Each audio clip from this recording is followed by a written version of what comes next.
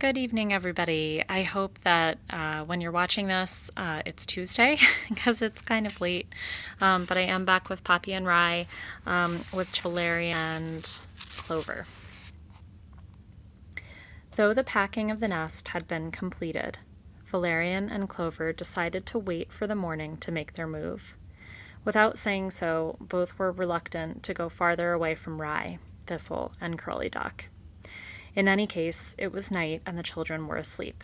Better not to disturb them. Sitting side by side, paw in paw, the two mice stared up at the moon, the scudding clouds.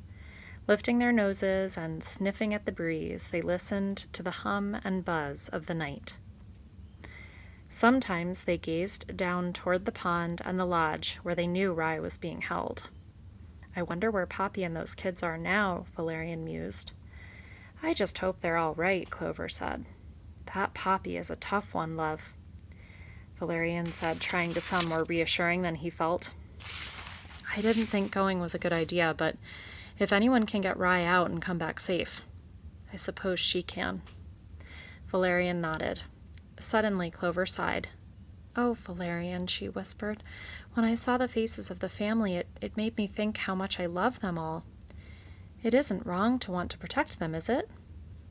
I don't think so, Valerian replied kindly. I feel that way myself. For a moment they were quiet. Then Clover sighed. Valerian, how long have we been together? She asked. 6 years. Such a long time, Clover said. And a good time, and a good life. So many children, good children, mostly. They come, they go, and here we are. Sometimes, Valerian, it seems the only difference with us is that you're grayer, I'm fatter, and we're both a lot more tired. You are still my love, Clover, Valerian murmured, giving her paw a gentle Valerian, Clover. I suppose sometimes it takes an outsider to see what we can't see for ourselves. I've been thinking about what Poppy said. What she said is true. I haven't put up much resistance to the beavers. I've been too fearful that some of us would get hurt, or worse. By sitting here with you, looking on, She faltered, took a deep breath. With a painful catch in her throat, she said, Valerian, Poppy was right. We can't just accept what these beavers are doing to us. It'll only get worse. Valerian, I just wish we could do something. Anything. Having spoken, Clover buried his face in Valerian's shoulder and began to weep. Valerian patted her gently. Then he said, Well, love, what do you have in mind? That's just it, she whispered between sobs. I don't know. But why, she cried, did those beavers have to build that dam?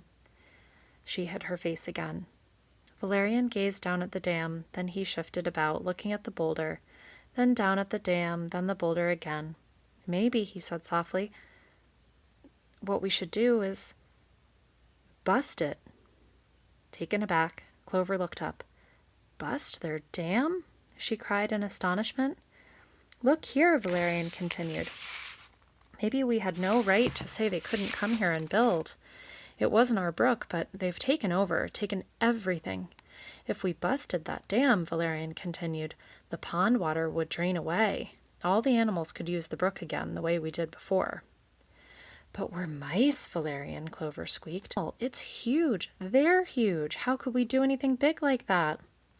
Valerian looked all around. Then, nodding, he said, I'll tell you how. By using the boulder we've been living under.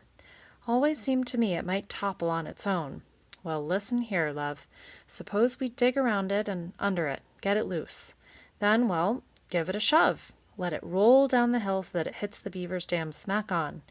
I bet you a pile of acorns it'd punch a pretty big hole. Water would drain right out. But, Clover said, quite flabbergasted, how could it to go in the right way? Valerian studied the boulder, the hill, then the pond anew. Let's say we made a kind of ditch right in front of it, sort of a chute. Of course, we'd have to aim it right. If we did it properly, it couldn't miss. Clover stared at her husband with wide-eyed admiration. Valerian, do you really think we could do that? Valerian was getting more and more excited. We've got the whole family around, don't we? If everybody pitched in, worked hard, I think we could do it. But we'd have to do it right away, by dawn. Once we start, those beavers will figure out what we're doing. I'd want to work too, Clover assured him. One of us could be in charge of digging around the boulder. The other could make that ditch. Right, Valerian cried, but like I said, we'd better do it right away. But what about Rye, Thistle, and Curly Duck, and Poppy? Can't see where it would do them any harm. Might even make things easier for them. And if it works, maybe the beavers will go away, he added with new determination in his voice. Forever. Clover looked.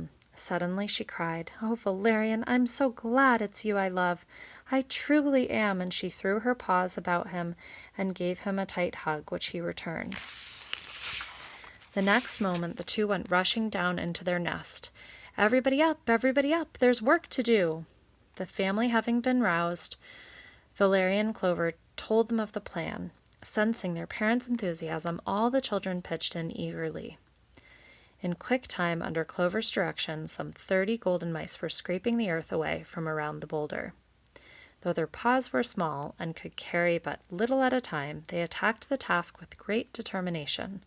The dirt began to fly. Simultaneously, directly in front of the boulder and aimed right at the dam, Valerian and his crew marked out the ditch. Valerian had but one worry. Could they do it all fast enough? So that's the end of chapter 24. Tomorrow we'll read chapter 25, which is Inside the Lodge.